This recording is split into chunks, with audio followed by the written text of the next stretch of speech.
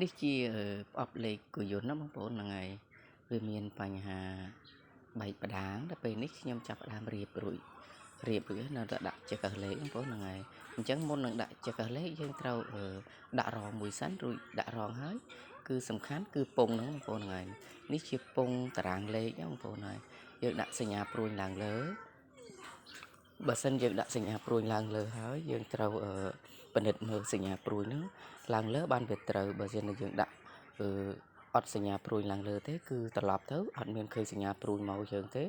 អញ្ចឹងដាក់លេខអត់ចូលទេហ្មងដាក់ចូលប៉ុន្តែចូលលេខ1ទៅជាលេខអាយ៉ែទៅជាលេខ1វិញអញ្ចឹងដាក់ដូចខ្ញុំដាក់អញ្ចឹងដាក់សញ្ញាពងព្រួយវាឡើងមកលើសំខាន់ណាមកតួពងគោយន្តហ្នឹងវាសំខាន់ណារឿងតារាងលេខហ្នឹងបងប្អូនបាទហ្នឹងហើយនេះជាតារាងលេខគោយន្តគូបតាអបលេខគោយន្តគូបតាបងប្អូនហ្នឹងហើយអញ្ចឹងខ្ញុំដាក់ពងវាឡើងលើរួចហើយតែខ្ញុំចាប់ដើមដាក់រងមួយសន្លឹកទៀតហ្នឹងបងប្អូនហ្នឹងហើយអញ្ចឹងរងវា2សន្លឹកក្រោមតារាងលេខ1រួចនឹងក្រោមលើមួយទៀតបាទហ្នឹងអញ្ចឹងខ្ញុំលាបកាវរួចក៏ខ្ញុំញាត់